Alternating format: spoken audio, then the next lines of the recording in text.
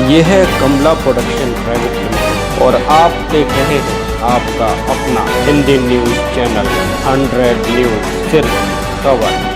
मध्य प्रदेश में बीजेपी के बड़े लीडर्स के दौरे शुरू हो गए हैं। बीजेपी का फोकस कांग्रेस की मजबूत सीटों को डैमेज करने का है, जिसको लेकर आज केंद्रीय मंत्री पीयूष गोयल शिवपुरी जिले के करैरा विधानसभा सीट पर जन आशीर्वाद यात्रा और चुनावी सभा को संबोधित करने के लिए आए हुए हैं। इस दौरान पीयूष गोयल ने ग्वालियर में पत्रकार वार्ता को संबोधित किया, जिसमें पीयूष गोयल ने वन नेशन वन इलेक्शन को लेकर कहा, ये विचार कई पार्टियों के नेताओं ने अलग अलग समय ने रखा है। ये विचार लागू होता तो देश का रुपया, समय, कर्मचारियों के काम की बचत होगी।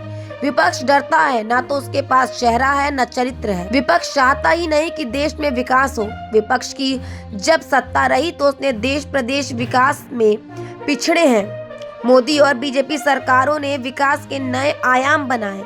इसके साथ ही उन्होंने कहा कि इस बार एमपी में एक तरफा चुनाव होगा। जनता ने मन बना लिया है, प्रदेश में भाजपा को बहुमत मिलेगा। वहीं इंडिया गठबंधन पर गोयल ने कहा, इंडी अलायंस प्रचार कर रहे, लेकिन उसने युवराज तो विदेश में बैठे हैं। ये गठबंधन यूपीए से भी ज्यादा कमजोर है। तो जवाब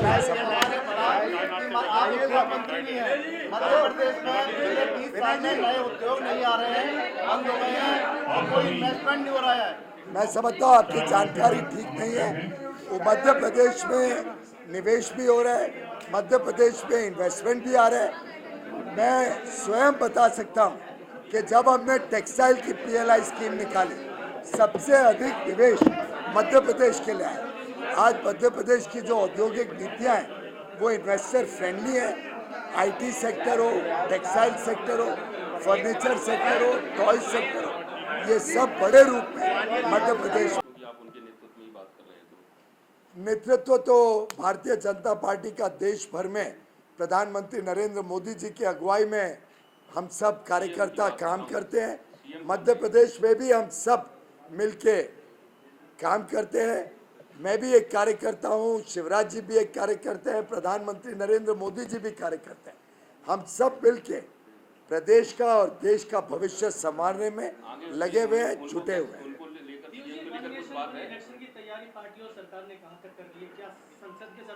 अभी एक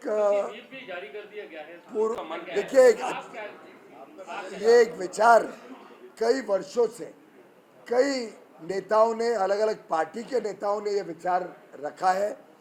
विचार के ऊपर पूरी गंभीरता से और गहराई से सभी उसके जो पहलू हैं, उन पहलुओं को सामने लेके, उनको सामने रखकर इसमें से एक अच्छा अगर मार्ग निकलता है तो मैं समझता हूँ देश के हजारों करोड़ रुपए जो अलग अलग समय इलेक्शन में लगते हैं, जो देश की व्यवस्थाएं पूरे समय इलेक्शन में व्यस्त रहती हैं, जो हमारे शिक्षक जिनका प्राथमिक काम शिक्षा देना है, उनको अलग अलग चुनाव में लगना पड़ता है, जिससे उनके काम में कठिनाई आती है, हमारे विद्यार्थियों को कठिनाई आती है।